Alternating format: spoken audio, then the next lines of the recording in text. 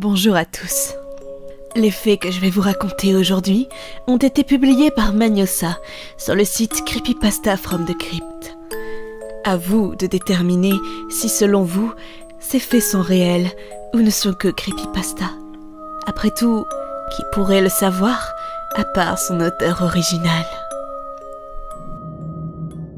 Bon, je savais pas trop comment aborder le sujet, ni même comment l'expliquer sans passer pour quelqu'un d'un peu détraqué, même ici. Mais on sait tous que généralement, ce qui amène les utilisateurs sur ce site est lié à une fascination pour le paranormal, le glauque ou des sujets similaires. Pour ma part, c'est plutôt une expérience personnelle qui m'a entraînée vers cette communauté. De ce fait, il est grand temps de vous parler de ce qui m'effraie depuis ma plus tendre enfance. Peu importe ce que vous en penserez au final, et si j'en avais parlé quelques fois sur le Discord sans trop entrer dans les détails, aujourd'hui, vous allez avoir le plus gros de l'histoire. J'ai grandi dans une ville moyenne de l'Aisne, et j'étais le cadet d'une famille recomposée, comprenant 4 enfants. Mes parents vivaient en appartement, et mon arrivée presque imprévue les a fait réfléchir à l'idée d'acheter une maison. À peu près 1 an après ma naissance, nous avons déménagé dans une grande maison dans laquelle j'ai vécu tous mes souvenirs d'enfance et où nous sommes restés jusqu'à mes 18 ans. Ce que je vais vous raconter, c'est mon expérience avec celle-ci, car il m'est arrivé des événements assez étranges que même aujourd'hui je n'arrive pas à expliquer. J'ai des dizaines d'histoires à raconter, mais je vais plutôt me concentrer sur 3 d'entre elles qui se sont déroulées à l'étage.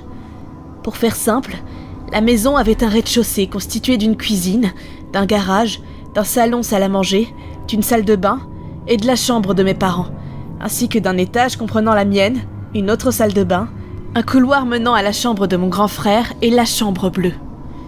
Ma chambre était la pièce la plus proche des escaliers permettant d'accéder à l'étage. Quand j'étais petit, j'étais dans la chambre bleue, nommée ainsi à cause de son papier peint entièrement bleu, et mon actuel lieu de vie, mentionné précédemment, appartenait à l'une de mes grandes sœurs. Quand celle-ci est partie de la maison, j'ai hérité de la pièce. Maintenant que le contexte est posé, commençons. Première anecdote, le bruit de la télé. Quand j'étais petit, j'allais souvent jouer avec mon frère qui avait la chance d'avoir une télévision cathodique et une console de jeu directement dans sa chambre. Je passais beaucoup de temps dans celle-ci à regarder la télé et à jouer à des jeux.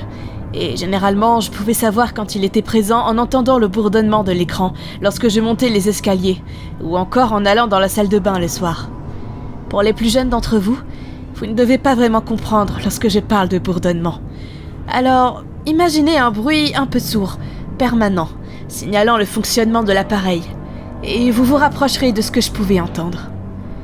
Un jour, alors que je devais avoir 14 ans, je me suis retrouvée à entendre, en passant devant les escaliers menant à l'étage, ce fameux bruit. C'était assez étrange, parce que c'était les vacances scolaires, et mon grand frère était chez son père. Alors, j'ai décidé d'aller voir de moi-même, si je n'avais pas oublié d'éteindre la télé plus tôt dans la journée. J'ai monté les escaliers, et je suis allée en direction de la chambre de mon frère, alors que le bruit semblait se faire de plus en plus fort, la porte de sa chambre étant ouverte. Néanmoins, au moment où j'ai passé l'encadrure, le bourdonnement s'est stoppé net. D'un coup, c'était le silence le plus complet dans tout l'étage. Et bien sûr, la télévision était éteinte. C'était un bruit vraiment distinct, et je pense que ceux ayant vécu avec ce genre d'appareil savent qu'on peut difficilement confondre avec quoi que ce soit d'autre. En prime, en sortant de la chambre et en redescendant, j'ai très bien remarqué que le bruit avait disparu. C'est un événement assez marquant parce qu'au final, mon frère allait souvent chez son père, et j'étais pas forcément au courant de tous ses déplacements durant cette période. De nombreuses fois, j'ai entendu le bruit, et en y repensant depuis ce jour, j'ai remarqué que je n'ai plus entendu aussi souvent qu'avant, et beaucoup moins la nuit. Anecdote numéro 2, la présence de la chambre bleue.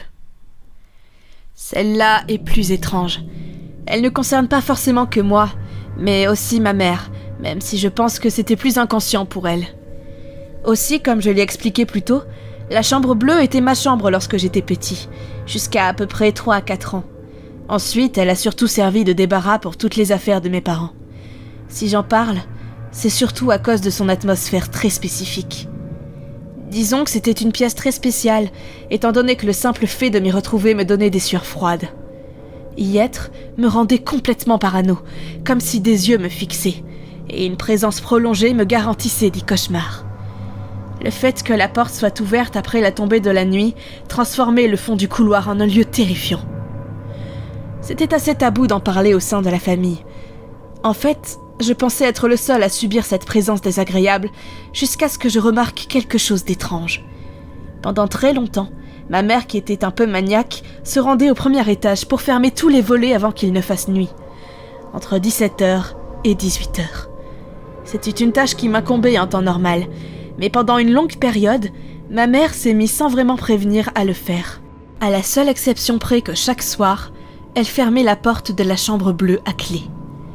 C'était la seule des 4 pièces qu'elle fermait de cette façon, laissant même grandes ouvertes des portes de chacune des autres. Je ne lui ai jamais demandé pourquoi, mais au fond, je crois que la réponse n'aurait apporté que plus de questions. Anecdote numéro 3. Le bruit du matelas. Cet événement-là est de loin sur le podium des plus traumatisants. C'est l'un de ceux qui reviennent le plus dans mon esprit quand je repense à mon ancienne maison, et sûrement celui qui me fait vous parler aujourd'hui. Je me rappelle que c'était un samedi. Je devais avoir 12 ou 13 ans. J'avais été réveillée vers 8-9 heures du matin par un bruit répétitif en dehors de ma chambre, et je me suis dit que je pouvais me lever pour aller déjeuner. En ouvrant la porte pour sortir, le son que j'entendais et qui m'avait réveillée était plus identifiable. La porte de la chambre bleue et celle de mon frère étaient ouvertes, et je distinguais un crissement de matelas en provenance de cette dernière. Il faisait jour, et les volets étaient ouverts, donc je me suis demandé si mon frère n'était pas en train de sauter sur son matelas. J'ai vraiment été tentée d'aller voir, mais au final je me suis fait une raison, et je suis allée déjeuner, en raisonnant qu'il m'expliquerait en me rejoignant. Je me rappelle avoir commencé à manger, et une bonne dizaine de minutes plus tard, ma mère est venue me dire bonjour. Je lui ai alors demandé si mon frère était déjà venu déjeuner, vu qu'il ne descendait visiblement pas. Ce à quoi elle m'a répondu qu'il ne viendrait pas, puisqu'il était chez son père. Encore aujourd'hui, en repensant à sa réponse complètement niaise, j'ai des sueurs froides. Le son provenait sûrement de quelque chose étant sur son matelas.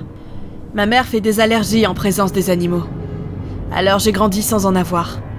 Il m'arrive souvent de repenser à ce moment et de me demander ce que j'aurais vu, ou ce qui me serait arrivé si j'avais décidé d'aller dans la chambre pour voir ce qu'il se passait plutôt que d'aller déjeuner. Je crois que si la curiosité ce jour-là m'avait fait craquer, je ne serais peut-être pas présent pour vous raconter cette histoire. Ou alors peut-être que, comme la télé, le bruit se serait arrêté en passant devant la porte. Et si c'était à refaire, je redescendrais déjeuner. J'ai terminé avec ce petit témoignage, et j'ai vraiment trié ce que je voulais partager, parce que je ne sais pas exactement comment vous allez réagir à ces informations. Si vraiment vous voulez que je vous parle d'autres trucs qui me sont arrivés, alors je le ferai. Je crois que j'ai encore besoin d'exorciser ces quelques vieux démons qui me terrorisent, et qu'écrire serait le bon moyen de le faire. Voilà. Ce témoignage-là est terminé. Malheureusement, je n'ai rien trouvé d'autre. Mais qui sait ? Peut-être qu'un jour cet utilisateur nous en dira plus. Dans tous les cas, si vous avez aimé cette vidéo, n'hésitez pas à vous abonner et à la partager tout autour de vous. On se retrouve très bientôt pour de nouvelles histoires terrifiantes, et à bientôt.